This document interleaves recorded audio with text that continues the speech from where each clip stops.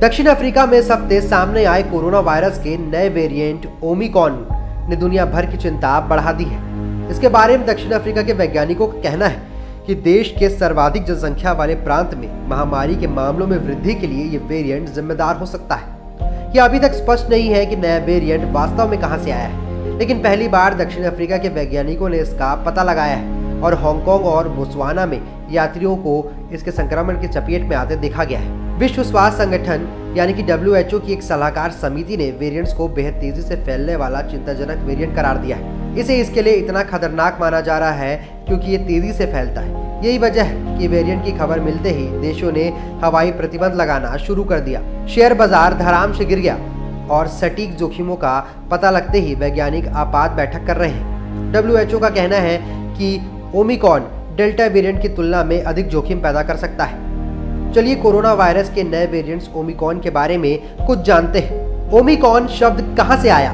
दक्षिण अफ्रीका में मिले कोरोना वायरस के जिस नए वेरिएंट को B.1.529 कहा जा रहा है उसे WHO ने ओमिक्रॉन का नाम दिया है। ओमिक्रॉन एक ग्रीक शब्द है। इस वेरिएंट के कारण यहां तेजी से मामले बढ़ रहे हैं। WHO ने कहा है कि इससे पहले मामले की पुष्टि की जिस सैंपल से हुई थी उसे 9 नवंबर को लिया गया था। ओमिक्रॉन के मामले अब बेल्जियम, हांगकांग और इजराइल के साथ साथ दक्षिण अफ्रीका के यात्रियों में भी देखे जा सकते हैं।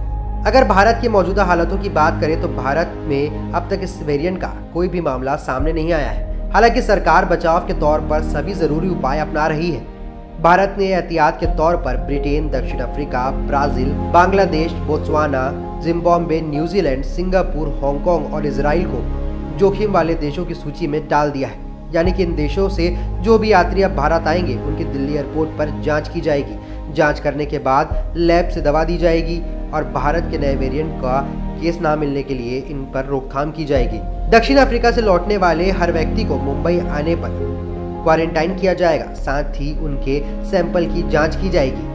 वहीं गुजरात सरकार ने दक्षिण अफ्रीका समेत कई देशों से राज्य में आने वालों के लिए RT-PCR टेस्ट जरूरी कर दिया है।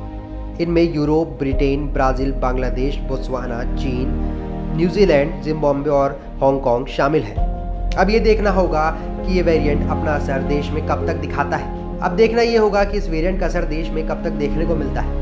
अगर कोई मरीज आता है तो उसे किस तरीके से रोका जाता है और किस तरीके से सरकार कोई नया कदम उठाती है।